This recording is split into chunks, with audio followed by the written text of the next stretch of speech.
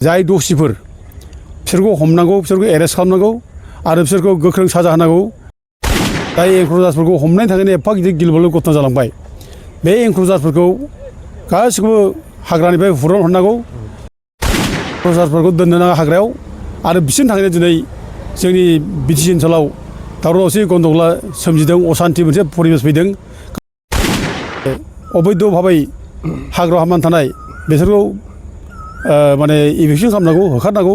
जों बेखौ 17 थारिखआव जा माने माबा खालामबाय, गाग्लोबबाय फरेस्ट अफिसखौ, रुनिखातानि फरेस्ट अफिसखौ। बिसोर गासिबो हमनानै साजा होनांगौ। बेयाव बयबो गारांसे रावजों बुंनांगौ। आं बेखौ बयबो बर' आफादखौ खावलायहरो। जों दिनै बड'लेण्ड जनजाति सुरक्षा मन्चनिफ्राय चिरां जिल्लानि मावख'आव फैदों, डिसि अफिसाव। दा थांनाय 17 थारिखआव रुनिखातानि जानाखि फरेस्ट अफिस बेखौ सावथाल उग्रपन्थिफ्रा आक्रमन खालामनाय, बुख्रुबनाय, अस्त्र शस्त्र लुट खालामनाय, मटर बुफायनाय आरो अफिसनि प्रपार्टिफोरखौ धंस खालामनाय, बिनि सायाव जोङो मेम'रेन्डाम फैदों। दा अदेबानि बिनि सिगां जोङो क'क्राझार जिल्ला खुंगिरिनि खाथियावबो जों मेम'रेन्डाम हैखांबाय आरो जोंनि बिटिसिनि मानगोनां चिफ हाग्रामा महिलारि बिथांनोबो जों मेम'रेन्डामखौ होनाय जाबाय। दा जोंनि मेम'रेन्डामा बेनो जे रुनिखातायाव जि फरेस्ट अफिसखौ बुख्रुबबाय, आक्रमन खालामबाय, बिनिफ्राय अस्त्र शस्त्र लुट खालामलांबाय, ओमफ्राय बिनि अफिसनि प्रपार्टि डेमेज खालामबाय, मटर सटर बुख्रुबबाय आरो जायनाखि पुलिस बिफान, पुलिसफोर आरो फरेस्टनि फर्सफोर बिसोरनि सायाव आक्रमन खालामनाय, बेफोर गिलु-बालु मोनसे जाथाय, गिख्रंथाव जाथाय आरो बेयो एक्सट्रिमिस्टफोरनि माने खार्यकलापनिफ्राय खुनु दिन खम नङा। दा बे एक्सट्रिमिस्ट खार्यकलाप बियो, बेखायनो जों बेखौ निन्दा खालामनानै सोंखारिनानै जों माने थोजासे जानाय मोना। जोङो जाय दसिफोर बिसोरखौ हमनांगौ, बिसोरखौ एरेस्ट खालामनांगौ आरो बिसोरखौ गोख्रों साजा होनांगौ, जों बेखौ दाबि खालामो। आरो लोगोसे जायफ्रा जाय एंखुरजारफोरखौ हमनायनि थाखायनो एफा गिदिर गिलुबालु घटना जालांबाय, बे एंखुरजारफोरखौ गासिखौबो हाग्रानिफ्राय हुरन हरनांगौ। एंखुरजारफोरखौ दोननो नाङा हाग्रायाव आरो बिसोरनि थाखायनो दिनै जोंनि बिटिसि ओनसोलाव दावराव दावसि गन्दगला सोमजिदों, असान्थि मोनसे परिबेस फैदों। गावजों गावनि गेजेराव मोनसे भुल बुजाबुजि मोनसे परिबेस दिनै फैदों। बेखायनो बे माने अबैध भाबै हाग्रायाव हाबनानै थानाय बिसोरखौ माने इभिकसन खालामनांगौ, होखारनांगौ। जों बेखौ दाबि खालामदों। आरो लोगोसे जों नुदों जे दिनै बे हाग्रा ओनसोलाव संकसनिफ्राय ओरै मानास रेन्जसिम दिनै गोबां बाहेरानिफ्राय हाबनानै थाफैनाय सावथालफोर दङ, जों बेखौ मिथिगौ। दा दिनै बिसोरो इलिगेल भाबै बे जायगायाव माने हाग्रानि जायनाखि आयेन कानुन, बे आयेन कानुनखौ सिफायनानै बेयाव हाबनानै दङ।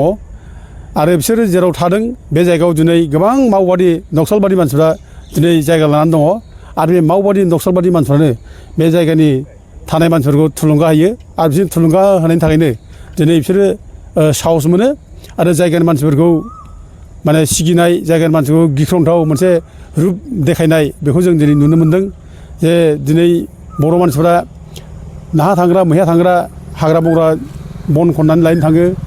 दा बिसोरबो दिनै बिसोरनि गामिथिं थांनो मोनला, बिसोरखौ जायगा जायगा होबथानाय जों बेखौ खोनादों, मिथिदों। जायगा मानसिफ्रा जोंनो कमप्लेन होदों। दा बेफोर माने थांहोयि खार'ना बेनो जे बे जायगायाव गाज्रि मानसिफोर दङ। बे गाज्रि मानसिफोरा एक्सप'ज जागोन जोंनि बाहेरा मानसिफोर थांब्ला। बेखायनो बाहेरानि मानसिफोर थांहोआ, बे जिनिसखौ जों दिनै रोखा मिथिनो मोन्दों। दा नक्सालबादि मावबादि मानसिफोर थायो, बे बाथ्रा आं बुंनाय बाथ्रा नङा। बेखौ अलरेडि पुलिस बिफानानो, पुलिसफ्रानो अलरेडि बेखौ बुंनाय जाबाय। थांनाय मास मोनथामसोनि सिगां बे क'क्राझार सालाकाटि रेलवे ट्रेकआव जायनाखि बमा होदों, बेखौ मावबादिया होदों होननानै पुलिसफ्रा माने बेखौ बुंदों। आरो सासे मावबादि गावथारजादों आरो बाखि मावबादिया खारना गदों। दा गथे मावबादिफ्रा बाव दं बिसोरलाय, बे हाग्रायावनो गैयाबा। दा गथे बिसोरो बे जायगायावनो दङ। दा बिसोरखौ हमनांगौ, एरेस्ट खालामनांगौ आरो साजा होनांगौ। आरो लोगोसे जों दिनै नुगासिनो दं, दिनै बे जायगायाव जायनाखि झारखन्डनिफ्राय फैनाय, बाहेरनिफ्राय फैनाय मानसि दं होनना बुंदों। दा जों ओरैनो मिथियो जे गोबां मानसिफ्रा बे जायगायाव जायफ्रा दङ, बिसोरो बे जायगानि भाषाजों खुनु सोमोन्दो गैया। हारसा भाषा रोङा, असमिया भाषा रोङा, बिसोर हिन्दी रायलायो। दा बेफोरावनो हमनो हायो बिसोर बे जायगानि मानसि नङा बेनिखायनो बिसोरबादि मानसिखौ थाबैनो सिनाक्थ' खालामनांगौ आरो दिहुननानै बिसोरखौ एरेस्ट खालामनांगौ आरो जेसेबां इलिगेल भाबै हाग्रायाव हाबनानै दं बिसोरखौ होखारनांगौ जों बेखौ दाबि खालामो आरो जायनाखि फरेस्ट राइट्स एक्ट जायनाखि 2006 बे आयेन बादिबा 13 डिसेम्बर 2005नि समनि मोनथाम जेनेरेसन थानाय जानांगौ बे जायफ्रा हेबिचुयेल फरेस्ट डुवेलार्सफोर जेनेबा सावथालफोर नेपालिफोर गुबुन जाथिफोर बिसोरखौ बुंनायदों 13 डिसेम्बर 2005नि सिगां मोनथाम जेनेरेसन थानाय जानांगौ मोनसे जेनेरेसनाव 25 बोसोर 75 बोसोर थानाय जानांगौ 75 बोसोरनि बाथ्रा बुङोब्ला माने 1931 सन जानांगौ बे 1931 सनाव बिसोरो बे जायगायाव दंना गैयामोन बेखौ दिनै नायनांगौ दा गथे 1931 सनाव बिसोर बे जायगायाव गैयाब्ला बिसोर बे जायगायाव थानायनि बिसोर अधिकार गैया बिसोर फरेस्ट राइट्स एक्टजों बिसोर माने गनायजानाय मानसि नङा बेखौ बिसोर होखारनांगौ जों बेखौ एस पार माने फरेस्ट राइट्स एक्ट जों बेखौ दाबि खालामो आरो लोगोसे जाने कनजारभेसन एक्ट 1980 बे कनजारभेसन एक्ट 1980 बादियै बे हाग्रायाव खुनु धरनै जाहाथे हा हु होआ रावनिबो हा हु होनायनि खुनु अधिकार गैया बिफां लाइफां दाननायनि अधिकार गैया दा बिसोर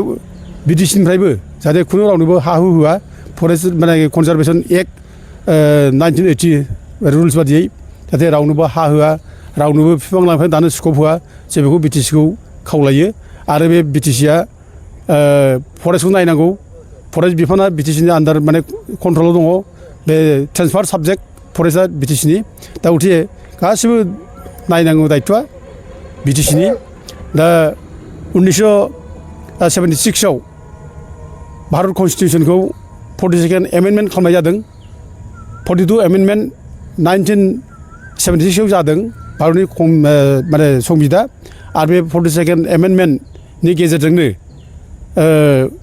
फरेस्टखौ कनकारेन्ट लिस्टआव दोननाय जादों कनकारेन्ट लिस्ट दोननायाव माने फरेस्टआ सेन्ट्रेल गभर्नमेन्टनि आखायाव थादों सेन्ट्रेल गभर्नमेन्टनि आरो बे फरेस्टनि जेसेबां मोजां गाज्रि नायनाय हाग्रा बंग्रा सोरबा सिफायदोंबा बेखौ होबथानाय हाग्रा दानदोंबा होबथानाय सोरबा हा सेना लादोंबा होबथानाय ओमफ्राय सोरबा एनक्ल'ज खालामदोंबा होबथानाय ओमफ्राय सोरबा जिब जुनार गावथारदों बुथारदों बेखौ होबथानाय बिनि दायथ'आ बे स्टेटफोरनि आरो दिनै कनकारेन्ट साबजेक्ट हिसाबै बिटिसिनो हरदों बेखौ जोंहा बिटिसिआ पावार दं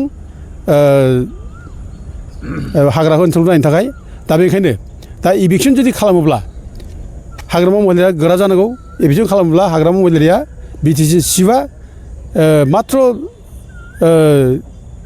डिसिफोरनाव लिरनांगौ जे माने फर्सनि थाखाय जाहाथे फर्स एभेलेबल हरो एक्सन लानो थाखाय मेजिस्ट्रेट माने हरो दा बेखौ बिटिसिनि जायनाखि फरेस्ट डिपार्टमेन्ट डिअफ बा CSD बिसोर माने लिरब्लानो बेखौ माने डिसिआ हरखागोन दा एक्सन जानांगौ जों बेखौ दाबि खालामो आरो बिटिसिआ बे एक्सन हाबाखौ मावनो थाखाय गोरा जानांगौ जों बेखौ बिटिसिनावबो जोङो आसा खालामो आरो लोगोसे जों दिनै खावलायनो लुबैयो बयबो बर'नि आफादफोरखौ जाहाथे बर'नि आफादफ्रा बयबो खौसे जायो गोरा जायो दिनै बे बिराद गिदिर मोनसे थ्रेट बे जोंनि थाखाय शिक्षा लानांगौ जोङो बुजिनांगौ दिनै एफा गिदिर घटना जाबाय बेखौ साधारन घटना साननो नाङा जे जोङो बे माने बिटिसिआव सोरबा सरकाराव फैनो थाखाय जादों होनलायनानै जों दाय दस बारग'लायबाय थानो नागिरनाय बे गाज्रि एनिमिफोरखौ गाज्रि चक्रान्तकारिफोरखौ जों लायहोबाय थानाय बे जानो नाङा बयबो माने मोनसे गारांजों सुरजों बुंनांगौ जे हाग्रा ओनसोलनिफ्राय इलिगेल जानाखि एनक्ल'जार्स दं बिसोरखौ होखारनांगौ